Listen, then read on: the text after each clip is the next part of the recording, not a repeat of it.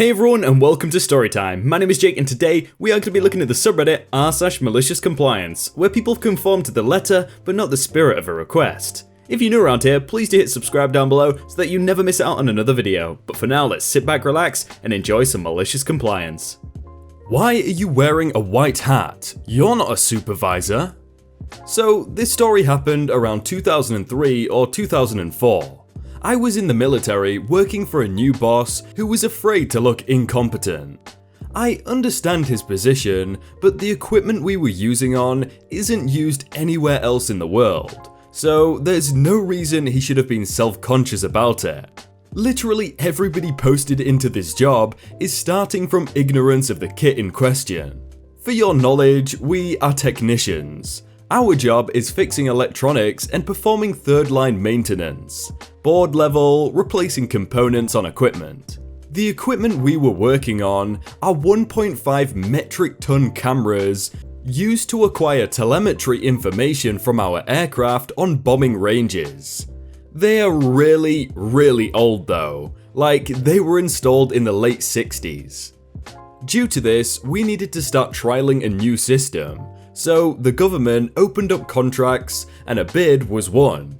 We were finally going to get upgrades. At this point, I was an expert on the systems. Our boss went on a leadership course required when you reach his rank, and he dumped everything he had on his plate onto the lap of his second in command, who was understandably frustrated. I offered to take on the biggest project, so there would be less to do. And because I wanted to show I had the skills, he agreed. So I contacted all of the necessary people, P-Med, supply, engineers and transport, in order to orchestrate the removal and disposal of these cameras. After 2 weeks of careful planning and research, we were ready to go. The two IC grinned at me on the day of the move and says, "Grab the white hat, this is your project, you're in charge here." Beaming with pride, I grab the site supervisor hard hat, throw it on, and start the ball rolling. Everything is going well, and according to plan. The dome housing, the camera has been cut off, and the truck with a crane arm, HIAB, capable of lifting up to a metric ton, is on site. I am about to go dismantle the camera. They are capable of being split into 3 pieces, all weighing under a ton each, when my boss gets out to the range. It's his first day back at work after his course, qualifying him to be a leader for his troops. Instead of asking for a brief as to what's happening or just letting it play out, he decides to puff his chest and display his newfound levels of authority and command. Loudly, in front of everybody, he says, "Why are you wearing a white hat? You aren't the MCPL?" Turning red with embarrassment, and not having much of a spine back then, I capitulate and apologize, attempting to stammer out that I was assigned this task. He cuts me off. "Whatever, take it off and get back to work." He exchanges hard hats with me, and I'm wearing my yellow worker hat now. He's wearing the white site supervisor hat. Smugly content, he turns to me and says, "Carry on, here's the malicious compliance bit. I'm the one who did all of the work. I know exactly what needs to be done next. As the person with all the information, the reason I was supervising, it should be obvious." So I decided it was time for some malicious compliance. He wanted to embarrass me in front of everybody? Turnabout is fair play, my friend. I nodded and said, "No problem, boss. What do you want me to do?" He said, "Keep removing the camera." I'd love to. How do I do that? My vapid response came back. "As you are the site supervisor, I'm awaiting your instructions on how to proceed. What exactly would you like me to do next, boss?" He turned beet red as he realized this means he would have to publicly state that he, in effect, chewed me out for supervising the project I put together, as I should have been doing. He swore at me a bit and waved his hand saying, "Just finish the job," turning more red by the minute as higher ranking people caught on to what had just happened. So they started clustering around him, asking pointed questions about the project and process. The absolute glee I felt when the range chief asked him where we were bringing the cameras, and the look in his face as he realized he was going to have to call over to me to answer the questions was priceless. But not as priceless as the malicious gleam I caught in the chief's eye when he turned to me. It said, "I understand, I've got your back." Well, that definitely seems like he learned a lot from his leadership course, doesn't it? So this guy's actually done a few stories about this same boss, so here we go. Because a couple of people asked for more about this guy, I'll post a second story. And yes, there are more than this. So this is the same guy from that story. I'm just a lowly corporal, and he's my supervisor. The year is either 2003 or 2004. It was a long time ago, but it was definitely one of those two. And it's summer. The equipment we work on are called theodolites. They're big ride-on cameras that weigh 1,400 kilograms, which is like 90,000 pounds or something in American. Seriously, they weigh around 3168 pounds each. They're housed inside fiberglass domes that protect them from the elements, and they're used for data acquisition with respect to air weapons systems. My buddy and I are working on a dome controller, which is basically just a motor that's synchronized to the servos inside the camera, so that when the camera turns, the dome turns with it, so the camera can keep pointing out the opening at the aircraft. We've been working at this particular dome controller for a couple of hours, and we think we have the fault narrowed down. Enter my new boss, on his first day of the job. He strolls into the door of the shop, which is right beside where my buddy and I are working. He introduces himself to us and asks what we're working on. I fill him in, letting him know that it's a dome controller, which is why it's over by the door. The only place in the shop we had 3-phase power. I explain it briefly and he nods sagely, before confidently saying, "I'm pretty sure it's just your current limiter." Now, this is unique technology in that it's old, from the late 60s, and much of it has been entirely replaced over the years as components are swapped out. It's altogether possible he's worked on something similar, but these are unique pieces of kit. I comment, the problem isn't the current, the problem is that it's lagging behind synchros by about a second. I don't think the relay is engaging in time, which I think points to an issue in the timing circuits. Ignoring this, he says, "I've got a ton of experience working on equipment like this. I know what I'm doing." Time for some malicious compliance. I comply and step back to let the professional at it. He doesn't even bother hooking up a multimeter, but instead starts turning POTs randomly. A POT is a potentiometer, which for the non-tech savvy here means he's basically messing with the internal tuning of the system. Potentiometers are variable resistors that control how much current is flowing through a system. Dimmer switches are an example of them in action. Now imagine somebody started just randomly turning several of them inside a system that deals with high current, moving hundreds of pounds of fiberglass. And then picture what happened when he turned it on to see what would happen.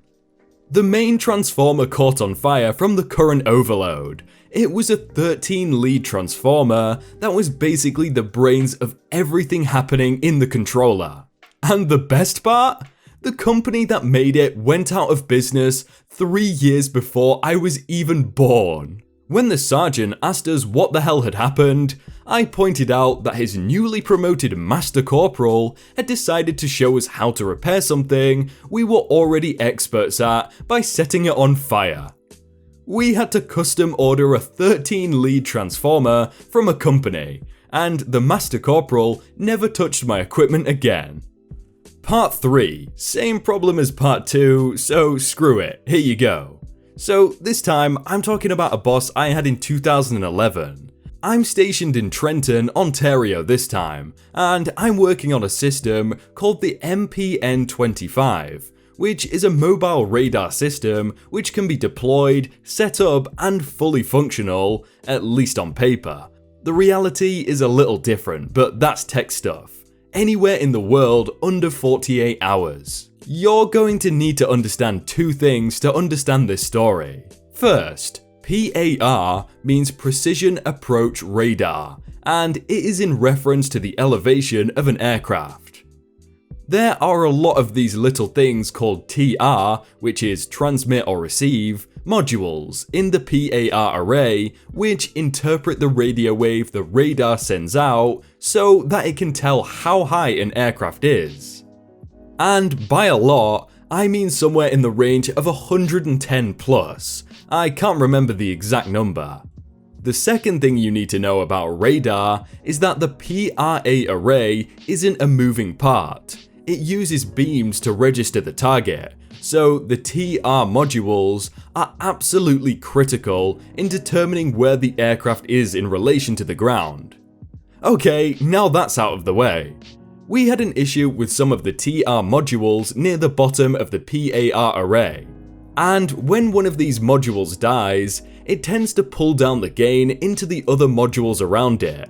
So troubleshooting to find out which module is the problem can be problematic. Or so I was taught. We're going to come back to this. This boss had given me a speech when I arrived at the unit that the radar would take a year to get comfortable on before I knew what I was doing. Also, the radar is under warranty, so all we can do is pull boxes, no third line maintenance. As a qualified third line tech, box level fault finding is a joke, especially considering this is a giant radio and I just came from a place where I was the radio subject matter expert. I responded with, "I'm looking forward to it, boss. You should know that I'm an expert in radios though, so you'll be able to employ me on the radar much faster than that." His response stunned me. "Radars have nothing to do with radios." For the record, radar is an acronym. It stands for Radio Detection and Ranging. So I'm brand new to the unit, and my supervisor doesn't understand the principles behind radar. Great. So remember the TR module problem? I realized my boss isn't going to be able to impart anything useful to me. So I start reading the radar books. Nothing new to learn here outside the software, since radars are essentially schizophrenic radios that are constantly screaming, "What was that?"